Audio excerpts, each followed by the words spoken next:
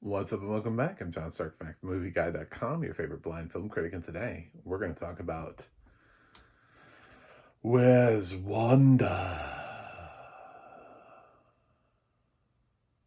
Did I make that sound ominous enough? I hope so.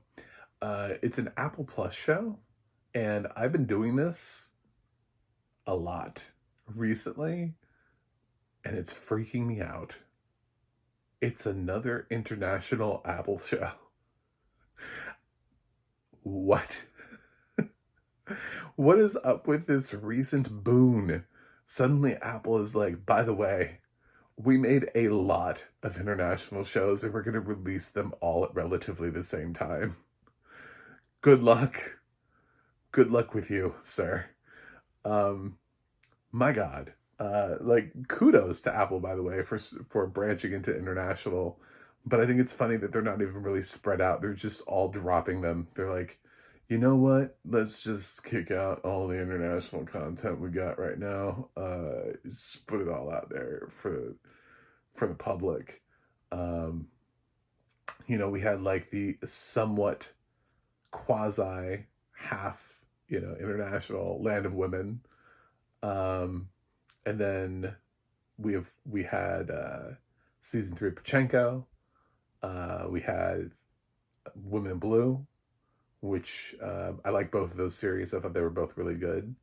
Les Maisons is okay. It was if there was less TV happening right now, I would probably still be keeping up with Les Maisons. Same thing with Midnight Family, which again, like it didn't strike me as much as I thought it would conceptually.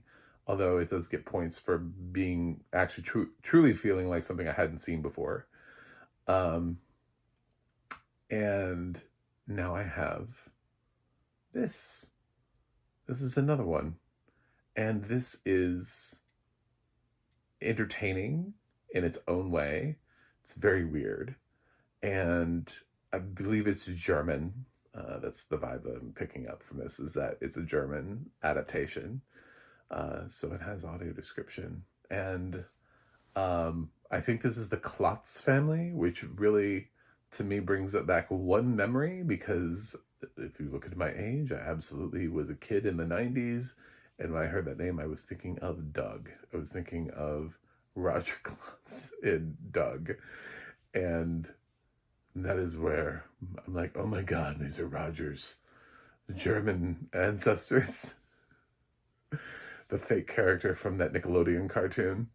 So this family, you have a mom, a dad, a daughter, and a son. And the son has hearing aids, which explains how everybody knows sign language.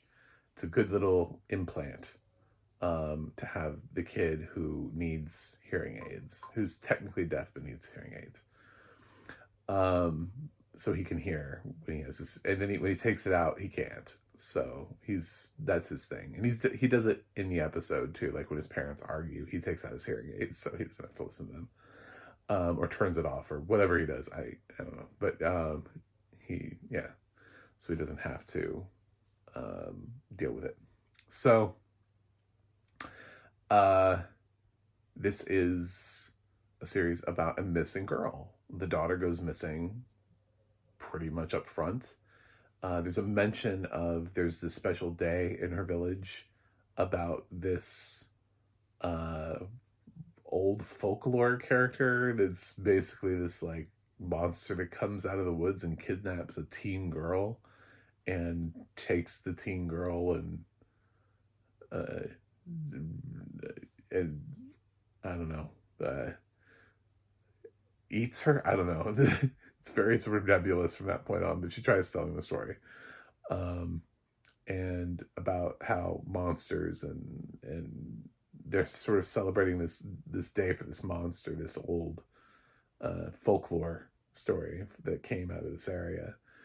And there's a day and somebody dresses up, and there's always some girl that pretends to be kidnapped or whatever, and she's like, the ceremony's weird, which also leads to her actually being kidnapped around the same time. So, but the series opens with not in necessarily linear timeline. So you see the mom and the dad, and they are going around, and there's just like this happy couple that pops up at this random house and offers to check the battery in a smoke detector. And the person there's like, oh, okay. And she's like, oh, I think I remember you guys from the news. But she lets him do it anyway. She's like, I don't know, check my smoke detector batteries. Probably a good idea. So they get up there and he tries putting like a camera in the smoke detector. And then you're like, oh, well, this series is interesting. And then you find out that it's about this missing girl and that these parents, they're trying to find their missing daughter. So basically they're doing it by like investigating all of their neighbors, investigating like all these like random people who live in their town, by trying to put like little cameras in their house or spying on their homes or breaking into their homes or, so it's a dark show thematically when you think about it because it's about a missing girl. But it's oddly quirky comedy in some places because they keep doing this really weird like breaking in stuff. So the mix I thought wouldn't work, but it does. These characters, it kind of has its own vibe. At some points, you're like, well, maybe these characters aren't too serious, so we can't understand that they're grieving.